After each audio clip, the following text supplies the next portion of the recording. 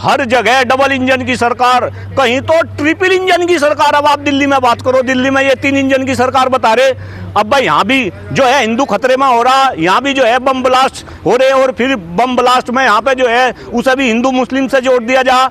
तो कहीं ना कहीं अगर हिंदू अब खतरे में है तो बदनू समझ लो हिंदू का तो फिर बेड़ा गर्क है, हिंदू को कोई बचा नहीं सकता। जब राजनीति के अंदर धर्म घुसने लगेगा और धर्म के अंदर राजनीति घुसने लगेगी तो समझो देश का बेड़ा गर्क होना शुरू हो जाएगा। अब हिंदुस्तान में वही काम हो रहा, और झूठे मुद्दे में हमें बहलाया जा रहा, फुसलाया जा रहा। 10-10 हजार रुपए में हमारी बोटू पे जो है डंका डालना जा रहा कि भाई ये देश 2047 तक विकसित बन जाएगा। झूठ बोल रहे देश के प्रधानमंत्री। अरे जिस देश में शिक्षा व्यवस्था खत्म, जिस देश का पर्यावरण खत्म, देखो हम दिल्ली में खड़े, गैस चैम्बर में हम खड़े, सांस लेने के लिए हवा नहीं बची, पीने के लिए पानी नहीं बचा, खाने के लिए खाद्यान्न नहीं बचा। इस देश में है ही क्या?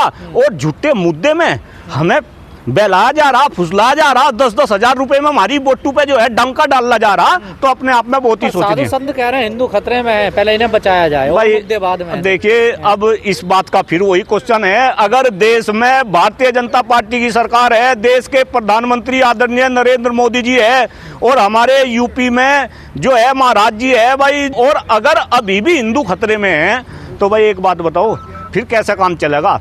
अगर इस तरीके का वातावरण, हर जगह डबल इंजन की सरकार, कहीं तो ट्रिपल इंजन की सरकार। अब आप दिल्ली में बात करो, दिल्ली में ये 3 इंजन की सरकार बता रहे। अब भाई यहाँ भी जो है हिंदू खतरे में हो रहा, यहाँ भी जो है बम ब्लास्ट हो रहे, और फिर बम ब्लास्ट में यहाँ पे जो है उसे भी हिंदू मुस्लिम से जोड़ दिया जा।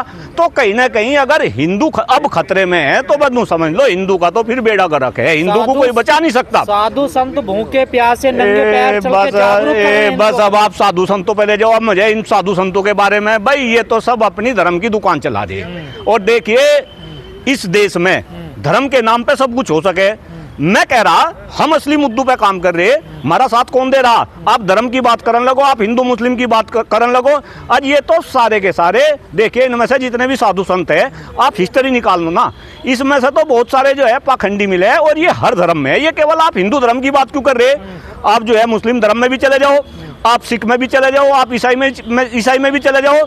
मैं तो कह रहा अगर इन धर्म गुरुओं पे कुछ अंकुश लगा दे तो मेरे ख्याल से इस देश का भला हो सके। देखिए धर्म का मतलब, बहुत गंभीर बात आपको आज बता रहा, और मैं ये निवेदन कर रहा हिंदुस्तान के लोगों से इस बात को समझे। राजनीति एक अलग विषय है, धर्म एक अलग विषय है। धर्म को चलाना ये धार्मिक गुरुओं का काम है, राजनीति को चलाना ये राजनेताओं का काम है। जब राजनीति के अंदर धर्म घुसने लगेगा और धर्म के अंदर राजनीति घुसने लगेगी तो समझो देश का बेड़ा गर्क होना शुरू हो जाएगा। अब हिंदुस्तान में वही काम हो रहा। आप एक बात बताओ, राम मंदिर का उद्घाटन हुआ, किसका काम था वो? बताओ ना। धार्मिक लोगों का काम था, वहाँ धर्म गुरुओं का काम था। अब उसका उद्घाटन तो जो है राजनेता कर रहे, प्रधानमंत्री जी कर रहे हैं। जितने धार्मिक ये गुरु है सारे के सारे एक कटघरे में फरा रखे, और मैं देख रहा श्री श्री रविशंकर, बाबा रामदेव, भला भला, ये सारे मोदी जी के सामने ऐसे हाथ जो है जोड़ रहे। भाई एक बात बताओ, ये देश तो अगर आप हिंदूवादी विचारधारा के अकॉर्डिंग चल रहे, तो जब कोई भी साधु संत या धर्मात्मा राजा के दरबार में जाता था तो राजा हाथ जोड़कर अपना सिंहासन छोड़कर खड़ा हो जाता था। यहाँ जो है ये धर्मगुरु जो है नेताओं के सामने हाथ जोड़ दे, तो कहीं ना कहीं जनता को ये बात सोचने की जरूरत है कि राजनीति से धर्म को अलग करे और धर्म से राजनीति को अलग करे। विपक्ष को जीतने के लिए क्या करना चाहिए आखिर में? भाई एक बात बताओ, अब डॉक्टर कुलदीप मलिक से तो बड़ी बड़ी खोपड़ी है इन विपक्ष के पास। ये तो विपक्ष चिंतन करे, नमन करे। इस तरीके से आप हार के बाद हार, हार के बाद हार, हार के बाद हार क्यों? भाई लोकतंत्र को बचाने की रिस्पॉन्सिबिलिटी आपकी है। विपक्ष का काम है अपनी आवाज उठाना और जनता की आवाज उठाना। तो कहीं ना कहीं ये विपक्ष को चिंतन करना पड़ेगा, विपक्ष को सोचना पड़ेगा। और खास तौर से मैं तो कह रहा भाई, देश में 150 करोड़ लोगों का देश है, सर्वे करावे, इनके पास में रिसोर्सेज है, ये देखे कि आखिर आप हार क्यों रहे, इसके ऊपर ये चिंतन करें। इस देश में जब चुनाव आएंगे तब आप मतदाताओं के पास में पैसा पहुंचा दो, और पैसा कौन पहुंचाएगा? पैसा पहुंचाओगे सत्ता पक्ष वाले, भाई विपक्ष वाले तो पैसा पहुंचा नहीं सकते। तो कहीं ना कहीं ये बिहार का चुनाव इस तरफ भी इंडिकेशन दे रहा कि अब तो ये जो पॉलिटिकल पार्टी है, खास तौर से जो सत्ताधारी पॉलिटिकल पार्टी है, उन्हें एक मंत्र मिल चुका कि जब चुनाव होगा पैसे बांटो और चुनाव जीतो। और ये केवल बिहार में नहीं हुआ, उससे पहले आप जो है मध्य प्रदेश की बात करो, आप हरियाणा की बात करो। तो जिस तरीके से राजनीति में एक नया ट्रेडिशन चला, ये अपने आप में बहुत ही बड़ा दुर्भाग्य है। और मैं तो निवेदन कर रहा आपके चैनल के माध्यम से कि हिंदुस्तान के लोग इस बारे में सोचे। अगर चुनाव पैसे के दम पे जीते गए तो भाई तो सत्ता वाले जीतते रहेंगे और विपक्ष वाले ऐसे ही जो है आकार मचाते रहेंगे। पैसे के दम पे जीता गया, क्यों आपको नहीं लगता ऐसा हुआ? आपको नहीं लगता क्या? मैं तो आपको महिलाओं की मदद नहीं, एक बात बताओ भाई, महिलाओं की मदद क्या हुआ? अभी चुनाव में होनी थी और 10-10 हजार रुपए में आपने महिलाओं को देकर 10-10 हजार रुपए में आपने जो है वोट खरीदने का काम करा। और ये डॉक्टर कुलदीप मलिक नहीं कह रहा। देखिए, बोलने वाले लोग कम होते हैं, लेकिन सबके शरीर के अंदर भगवान ने दिमाग दिया। जो इंसान है, इंसान एक ऐसी कृत्य है ऊपर वाले की जिसके अंदर दिमाग गया, उसके अंदर सोचने विचारने की क्षमता। हर किसी को पता बिहार का चुनाव केवल और केवल वो पैसे के दम पे जीता गया। मैं तो डाटा बता रहा ना, 40% मतदाता ऐसे हैं जिनको डायरेक्टली इनडायरेक्टली पैसा दिया गया है, चाहे उसमें महिलाएं हो, चाहे उसमें जो है बुजुर्ग हो, चाहे उसमें नौजवान हो। तो कहीं ना कहीं, और फिर बिहार के हालात आपको पता भाई, बिहार सॉरी कुछ लोगों को बुरा लगेगा, पिछड़ा प्रदेश है। वहां 10,000 रुपए का अमाउंट भी, जहां पे इस तरीके की जो है गरीबी हो, और भाई उन्हें अगर 10,000 रुपए मिल गए तो वे तो जो है 10,000 रुपए ले लेके वोट की महत्ता का तो पता नहीं कि आपको अभी ये 10,000 रुपए दे देंगे, लेकिन 5 साल तक आपका खून चूसेंगे। और ये भी समझे कि ये पैसा भी, पैसा किसका पैसा? ये पैसा हमारा ही तो पैसा है, हमारा ही पैसा ये नेता लूट रहे। और जब चुनाव आ रहे, हमें इस पैसे को बांट रहे और कहीं ना कहीं हमारी वोट को ये खरीदने का काम कर रहे हैं। पर ऐसा तो जैसे मध्य प्रदेश में हुआ, महाराष्ट्र में यही हुआ, हरियाणा में ये, तो फिर इसकी रोक क्या है?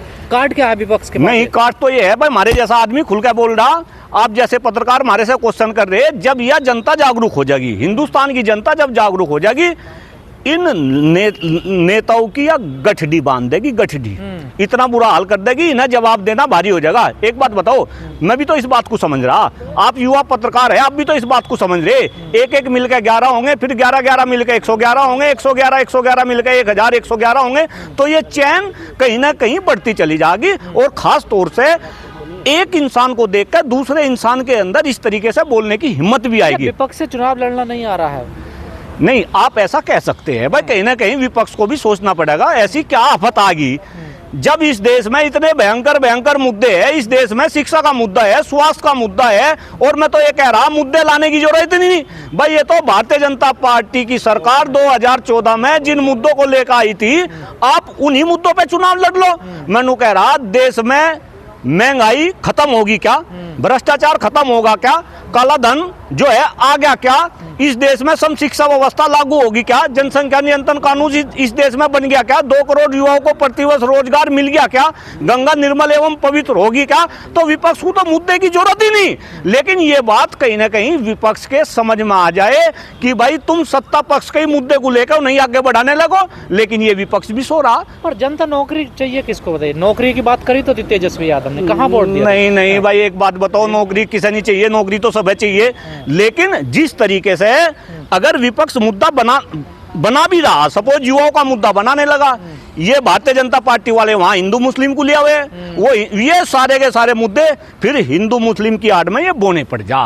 डॉक्टर कुलदीप मलिक का तो संघर्ष यही है कि राजनीति में असली मुद्दों की बात हो, शिक्षा की बात हो, स्वास्थ्य की बात हो, खराब होते हुए पर्यावरण की बात हो, बेरोजगारी की बात हो, किसानों की बात हो। जिस दिन राजनीति में असली मुद्दे आ गए और ये नकली मुद्दे खत्म हो गए, देखना ये मोदी तो बोल रहे बिहार में रिजल्ट का सवाल है, लोग इसको हार जीत से देख रहे हैं। लोग ये देख रहे हैं कि भाई वहाँ पे जो है एनडीए की सरकार बन गई और महागठबंधन जो है ये पराजित हुआ। लेकिन जहाँ तक डॉक्टर कुलदीप मलिक का सवाल है, तो इसका एक और भी एंगल है। खास तौर से हिंदुस्तान के 150 करोड़ लोग इस बात को सोचे कि आज देश की राजनीति किस डायरेक्शन में जा रही है। आप ये देखो, बिहार का चुनाव आया और बिहार के चुनाव से पहले क्या हुआ, आप डाटा उठा कर देखो, 100% वोटरों में से 40% वोटर ऐसे हैं जिनके पास में डायरेक्टली या इनडायरेक्टली पैसा पहुंचाया गया।